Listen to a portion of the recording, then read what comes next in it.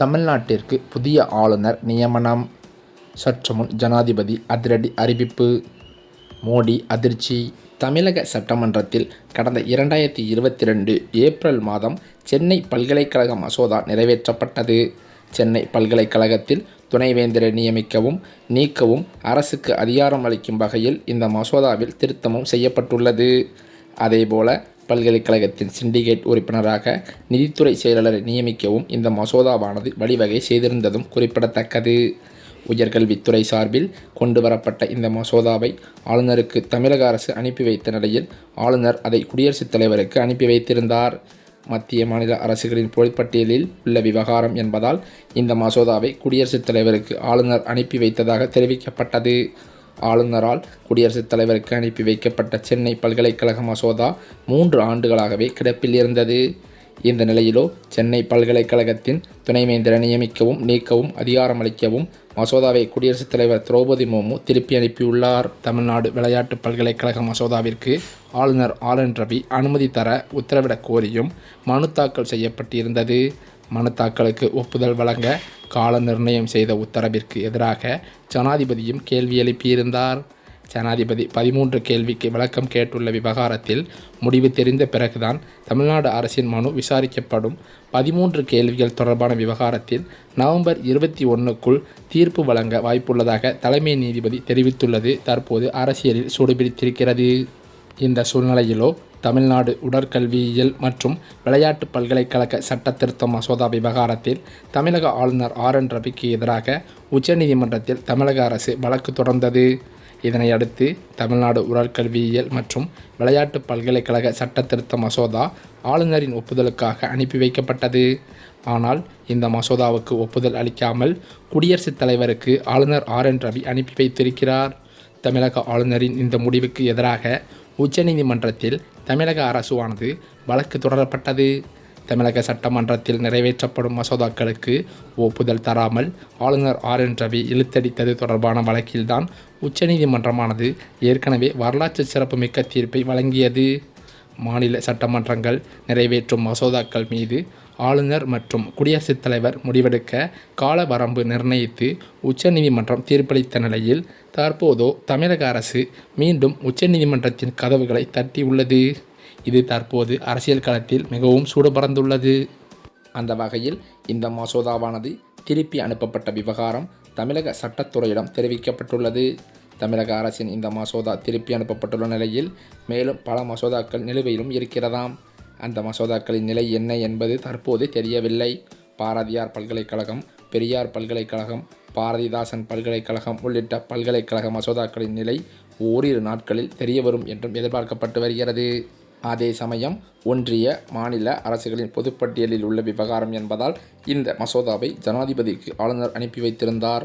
இந்த மசோதா 3 ஆண்டுகளாக கிடப்பில் கிடந்த நிலையில் தற்போது மசோதாவை ஜனாதிபதி திரௌபதி முர்மு திருப்பி அனுப்பியிருக்கிறார். இந்த விவரமானது தமிழக சட்டத்துறையிடம் ஒப்படைக்கப்பட்டது தற்போது பரபரப்பை ஏற்படுத்தியுள்ளது. இந்த மசோதா ஏப்ரல் 29இல் தமிழக சட்டப்பேரவையில் அறிமுகப்படுத்தப்பட்டு அதே நாளில் ஒருமனதாகவும் நிறைவேற்றப்பட்டதாம். மேலும் அதன் பிறகு மே 6ஆம் தேதி முதல்வர் மற்றும் அமைச்சர்கள் குழுவின் உதவி மற்றும் ஆணைகளுடன் அதே நாளில் ஆளுநரின் ஒப்புதலுக்காக மசோதா அனுப்பப்பட்டதாம். இருப்பினும் முதல்வர் மற்றும் அமைச்சர்கள் குழுவின் உதவி மற்றும் ஆலோசனையை புறக்கணித்து ஆளுநர் மசோதாவின் அரசமைப்பு செல்லுபடியை தாமாகவே சோதித்து பார்ப்பதில் ஈடுபட்டார். இதன் மூலமோ ஆளுநர் மாளிகையை அரசமைப்பு நீதிமன்றமாக அவர் மாற்றியதும் குறிப்பிடத்தக்கது. அதே சமயம் ஆளுநருக்கு தமிழக அரசு சார்பாக அனுப்பியுள்ள மசோதாக்களை அவர் அனுமதிக்காமல் தற்போது குடியரசுத் தலைவருக்கு அனுப்பியிருக்கிறது பெரும் சர்ச்சைக்குள்ளாகியிருக்கிறது. மேலும் அது மட்டுமில்லாமல் ஜூலை 14ஆம் தேதி மசோதாவின் சில விதிகள் UGC ஒழுங்குமுறை விதிகளை மீறுவதாக கூறி குடியரசுத் தலைவரின் ஒப்புதலுக்காக மசோதாவை ஆளுநர் ஒருதலைபட்சமாக அனுப்பி வைத்திருக்கிறாராம். எனவே மசோதாவை குடியரசுத் தலைவருக்கு ஆளுநர் அனுப்பியது சட்டவிரோதமானது என அறிவிக்க வேண்டும். மேலும் மசோதாவை ஆளுநர் பரிசீலிக்க உத்தரவிட வேண்டும் என தமிழக அரசு மனுவிலும் கூறியுள்ளது. இப்படிப்பட்ட நிலையில் ஆளுநரின் இந்த முடிவுக்கு எதிராக தமிழ்நாடு அரசு உச்சநீதிமன்றத்தில் மனு தாக்கல் செய்ததை அடுத்து அந்த மனுவில் ஆளுநரின் இந்த நடவடிக்கை மேலும் தன்னிச்சையானது என அறிவிக்க வேண்டும் என்றும், அதே வேளையில் தமிழ்நாடு சட்டமன்றத்தில் இயற்றி அனுப்பி வைக்கும் மசோதாக்களை தமிழ்நாடு ஆளுநர் கையாளும் விதம் அரசியல் சாசனத்திற்கு எதிரானதாக உள்ளது என்றும் தமிழக அரசு தெரிவித்தது. இந்த சம்பவம் நடப்பதற்கு முன்பு கூட தமிழக அரசு ஆளுநர் பல மசோதாக்களை ஒப்புதலின்றி தாமதப்படுத்தி வருவதாக கூறி உச்சநீதிமன்றத்தில் ஏற்கனவே மனு தாக்கல் செய்திருந்தது. அந்த வழக்கில் கூட உச்சநீதிமன்றம் ஆளுநர் மசோதாக்களை நீண்டகாலம் நிலுவையில் வைக்கக்கூடாது என்று தெளிவாக கூறியிருந்தது. ஆனால் தமிழக ஆளுநர் RN ரவி அவர்களோ இந்த விஷயத்தை பொருட்படுத்தாமல் அவர் ஏற்கனவே இருப்பது போலேயே ஒவ்வொரு மசோதாக்களையும் தாமதப்படுத்தி நிலுவையில் வைத்து வந்தார். இந்த செயல்தான் தமிழக அரசிற்கும் ஆளுநர் RN ரவிக்கும் இடையே மோதல் போக்கை உருவாக்கியது என்றே சொல்லலாம். கும்பகோணம் கலைஞர் பல்கலைக்கழக மசோதாவை குடியரசுத் தலைவருக்கு அனுப்பிய தமிழக ஆளுநர் RN ரவியின் முடிவுக்கு எதிராக உச்சநீதிமன்றத்தில் தமிழ்நாடு அரசு மனு தாக்கல் செய்திருக்கிறது. ஆளுநரின் நடவடிக்கை சட்டப்பேரவை முடிவுக்கு எதிரானது எனவும், இதில் உச்சநீதிமன்றம் தலையிட்டு உரிய உத்தரவு பிறப்பிக்க வேண்டும் எனவும் மனுவில் கூறப்பட்டுள்ளதாம். மறைந்த முன்னாள் முதல்வர் கலைஞர் கருணாநிதி பெயரில் கும்பகோணத்தில் பல்கலைக்கழகம் அமைக்க தமிழக அரசு முடிவு செய்தது. இதற்காக கடந்த ஏப்ரல் மாதமே சட்டசபையில் மசோதா ஒன்றையும் தமிழக அரசு நிறைவேற்றியதும் குறிப்பிடத்தக்கது. அந்த மசோதாவில் பல்கலைக்கழக வேந்தராக தமிழக முதல்வரும் இணை வேந்தராக உயர்கல்வித்துறை அமைச்சரும் செயல்படுவார் என்றும் தெரிவிக்கப்பட்டிருந்ததாம். வேந்தரின் அனுமதி இல்லாமல் கௌரவ பட்டங்களை வழங்க முடியாது என குறிப்பிடப்பட்டிருந்தது.